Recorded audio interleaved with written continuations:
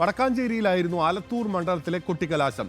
നിയോജക മണ്ഡലം തലത്തിലും മറ്റു പ്രധാന കേന്ദ്രങ്ങളിലും വർണ്ണാഭമായ പരിപാടികൾ നടന്നു. ദീപക് മലയമ്മയുടെ റിപ്പോർട്ടിലേക്ക്. ഇഞ്ചോടിഞ്ച് പോരാട്ടമാണ് ആലത്തൂർ ലോക്സഭാ മണ്ഡലത്തിൽ നടക്കുന്നത്.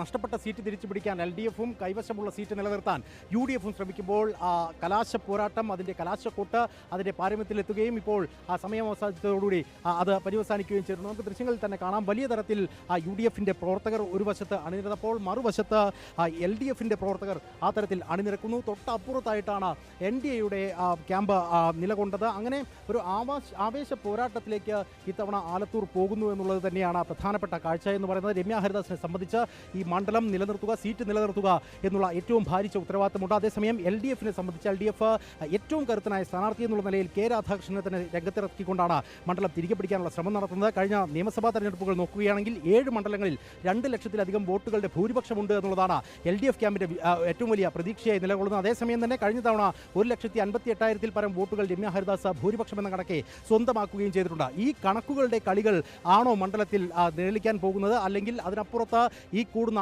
ആൾക്കൂട്ടമാണോ അത്തരത്തിൽ വോട്ടുകൾ സംബന്ധിച്ചുള്ള ഒരു അന്തിമമായ തീരുമാനത്തിലേക്ക് എത്തുക എന്നുള്ളതൊക്കെ അറിയാനുണ്ട്. എന്തായാലും എണ്ണയിട്ട യന്ത്രം കണക്കിന് LDF ക്യാമ്പിൻ്റെ സംഘടനാ പ്രവർത്തനങ്ങൾ സജീവമായി തന്നെ നടന്നിട്ടുണ്ട്. അതേസമയം തന്നെ UDFിനെ സംബന്ധിച്ച് ആദ്യഘട്ടത്തിൽ ഒരു മന്ദഗതി ഉണ്ടായിരുന്നെങ്കിൽ പോലും പിന്നീട് അത് സജീവതയിലേക്ക് എത്തുകയും ചെയ്തിട്ടുണ്ട്. 2 സ്ഥാനാർത്ഥികളെ സംബന്ധിച്ചും വ്യക്തിപ്രഭാവം തന്നെയാണ് ഏറ്റവും പ്രധാനപ്പെട്ട കാര്യമായി എടുത്തു പറയാൻ സാധിക്കുന്നത്. K രാധാകൃഷ്ണനെ കുറിച്ച് അത്തരത്തിൽ ഒരു തരത്തിലുള്ള പരാതികളും ഒരു മേഖലയിൽ നിന്നും ഉയരുന്നില്ല എന്നുള്ള പ്രത്യേകതയുണ്ട്. അതേസമയം തന്നെ രമ്യ ഹരിദാസ് അത്രത്തോളം ആളുകളിലേക്ക് എളുപ്പത്തിൽ ഇറങ്ങിച്ചെല്ലാൻ കഴിയുന്ന ആളെന്നുള്ള നിലയിൽ പേരെടുക്കുകയും ചെയ്തിട്ടുണ്ട്. NDAയെ സംബന്ധിച്ച് 8.8% എന്ന് പറയുന്ന വോട്ടിംഗ് ഷെയർ ഉയർത്തുക എന്നുള്ളതാണ് ഏറ്റവും പരമപ്രധാനമായ ലക്ഷ്യമായി കാണുന്നത്. പ്രധാനമന്ത്രി തന്നെ ആ തരത്തിൽ ഇടപെടലുകൾ നടത്തിയിട്ടുള്ള മണ്ഡലവും കൂടിയാണ് ആലത്തൂർ എന്ന പ്രത്യേകത കൂടി നിലനിൽക്കുന്നുണ്ട്. TN സരസുവിന് അത്തരത്തിൽ വോട്ട് ഉയർത്താനുള്ള സാഹചര്യം ഉണ്ടാകുമോ എന്നുള്ളത് കണ്ടറിയുകയും വേണം. എന്തായാലും 2 സ്ഥാനാർത്ഥികളെ സംബന്ധിച്ചും അവരുടെ അഭിമാന പോരാട്ടം എന്നുള്ള നിലയിൽ ആലത്തൂർ ഈ വരുന്ന ജൂൺ 4 തീയതിയിലേക്ക് എത്തുമ്പോൾ എല്ലാവരും ഉറ്റുനോക്കുമെന്ന കാര്യത്തിൽ തർക്കവുമില്ല. വീഡിയോ ജേർണലിസ്റ്റ് ബിനീഷ് ഒളവണയ്ക്കൊപ്പം റിപ്പോർട്ടർ ദീപക് മലയമ്മ,